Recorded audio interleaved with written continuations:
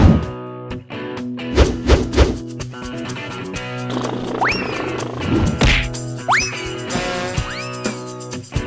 วัสดีครับพบกันอีกแล้วนะครับกับเราช่อง Design Family ช่วง DIY by Dad นะครับพบกันอีกเช่นเคยกับเรานะครับวันนี้เราก็จะมาทำการติดปลั๊กตัวนี้นะครับเนี่ยครับปลั๊กตัวนี้นะครับเราจะทำการติดปลั๊กตัวนี้ทีเนี้ยการติดปลั๊กตัวนี้นะครับมันก็จะมีความยุ่งยากอยู่เล็กน้อยก็คือ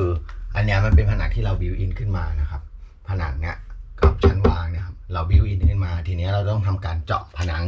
เพื่อเราจะติดปลั๊กตัวนี้นะครับอุปกรณ์ที่ต้องมีก็เป็นปลั๊กตัวนี้นะครับซึ่งซื้อทางผ่านออนไลน์ได้นะครับเดี๋ยวทิ้งลิงก์ไว้ให้ข้างล่างนะครับ2ก็จะมีตัวพ่วงสายไฟนะครับตัวนี้นะครับแล้วก็สายไฟนะครับ3สีก็คือสีน้ำตาลฟ้าเขียวนะครับก็คือนิวตันลายแล้วก็กาวนะครับทีนี้ปลั๊กของผมมันจะอยู่ข้างล่างซึ่งเราจะพ่วงกันเดี๋ยวเราจะให้ดูนะครับก็คือปลั๊กของเรามันจะอยู่ข้างล่างนี้แล้วเราก็จะทำการพ่วงขึ้นมาข้างบนนี้นะครับครีมปอกสายไฟแล้วก็ไขควงเช็คไฟนะครับเนี่ยครับไขควงเช็คไฟ2ละแล้วก็สายไฟนะครับ1อันนี้เป็นสายไฟเศษที่เหลือนะครับที่ใช้ทำบ้านนะครับแล้วก็เลื่อยเพื่อเราจะเลื่อยกำแพงนะครับเลื่อยผนังเบาแล้วก็สว่านครับถ้าใครไม่มีสว่านก็เป็นไขควงก็ได้นะครับโอเคอีกอย่างที่สำคัญที่เราจะต้องมีก็คือเครื่องดูดฝุ่นวันนี้มันจะมีฝุ่นนะเราก็จะดูดฝุ่นทำการดูดฝุ่นนะโอเคเดี๋ยวเรามาเริ่มต้นกันก่อนเราก็จะเปิดช่องข้างล่างก่อนนะโดยการเช็คว่ามันสายไฟมันอยู่ตรงไหนบ้างเนาะ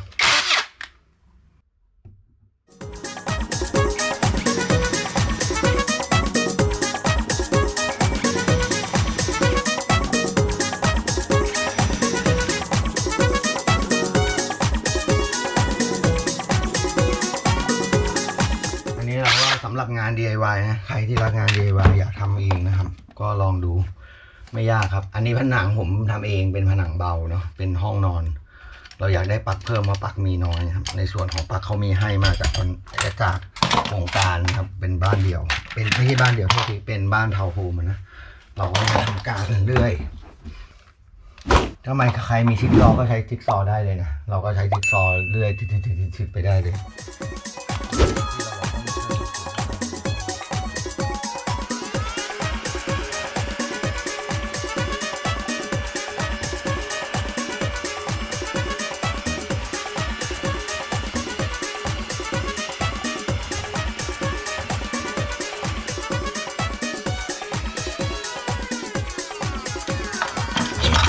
ก็มาทำการเลื่อยกัน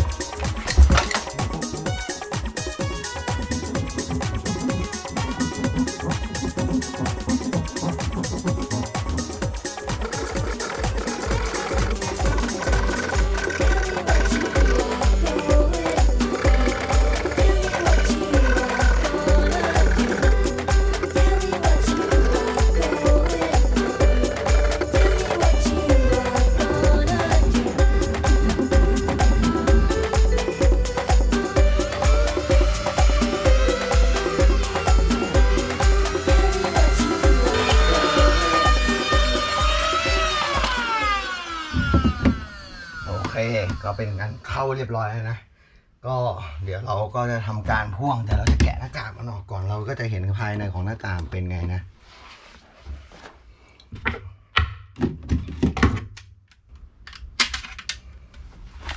นี่นะ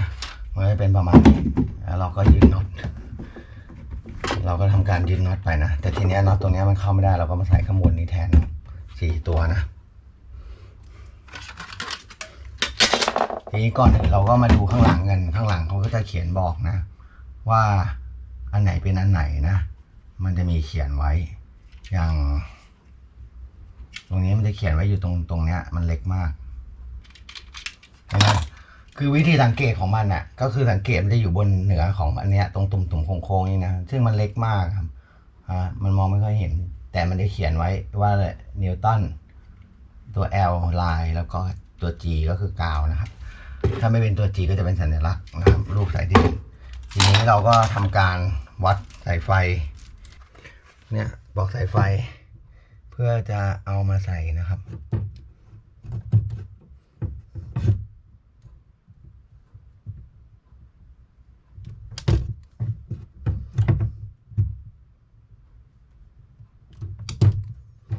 เนี่ยแล้วเราก็ที่บอกเราก็จะมีเส้นนี้นะครับ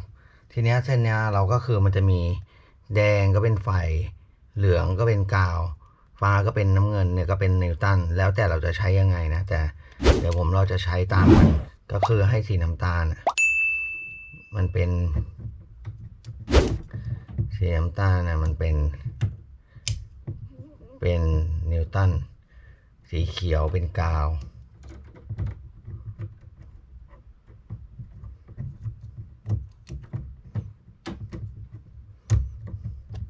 แล้วก็สีน้ำเงิน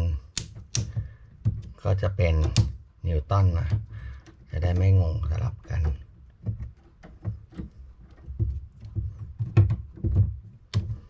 โอเค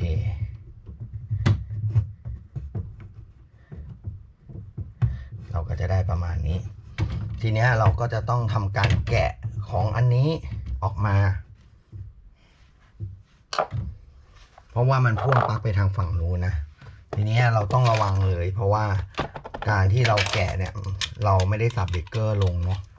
ก็จะต้องระวังเรื่องไฟดูดนะครับเพราะว่ามันอันตรายมากจริงๆเดี๋ยวเราจะทำการแกะก่อนโอเคทีนี้เราก็รู้ละเพราะว่าอันเนี้ยผมเป็นคนทำเองเนอะเดินระบบเองเราก็จะไม่แกะทั้งหมดหมายความว่าที่ไม่แกะทั้งหมดหมายความว่า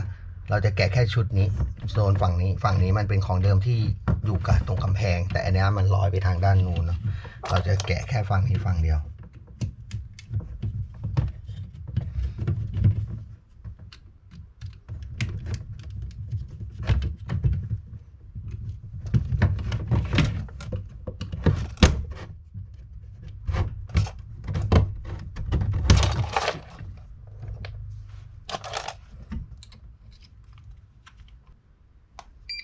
ใช่ชัวร์แล้วก็เช็คถ้ามันดังที่แสดงว่ามีไฟอันนี้มันไม่ดัง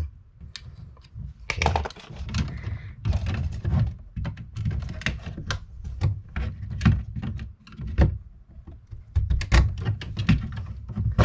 เราก็จะได้ไฟชุดนี้ละ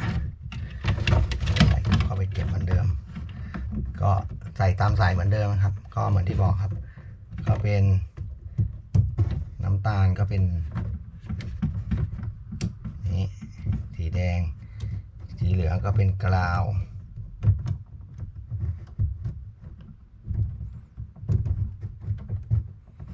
แล้วก็สีฟ้าก็เป็นนิวตันนะครับเรียบร้อยชุดนี้ก็เป็นอันเรียบร้อยแล้วพันไว้จะได้รู้ว่าเซตนี้คือเซตเดียวกัน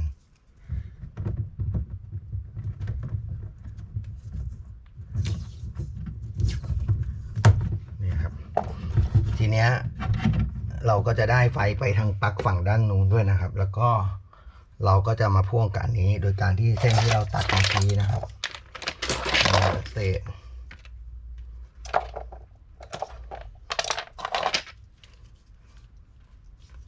ทำการหนีบเหมือนเดิมให้ตรงสี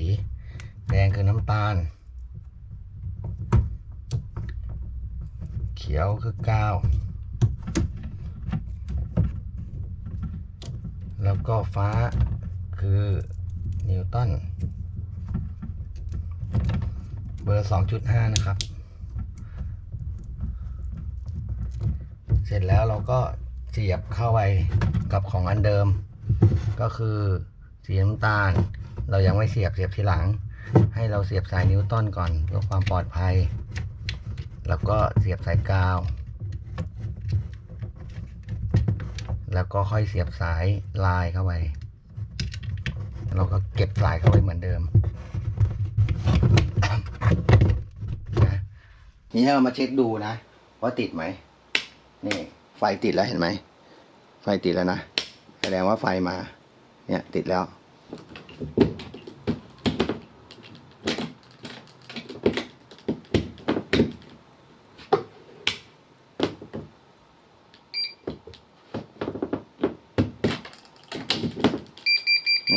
มีไฟเข้ามานะได้ยินเสียงติ๊ดๆนะไฟขึ้น235 โวลต์นะถ้าเราปิดสวิตช์ก็คือใช้ไม่ได้นะเราต้องเปิดสวิตช์แรกคือสวิตช์ปลั๊กไฟ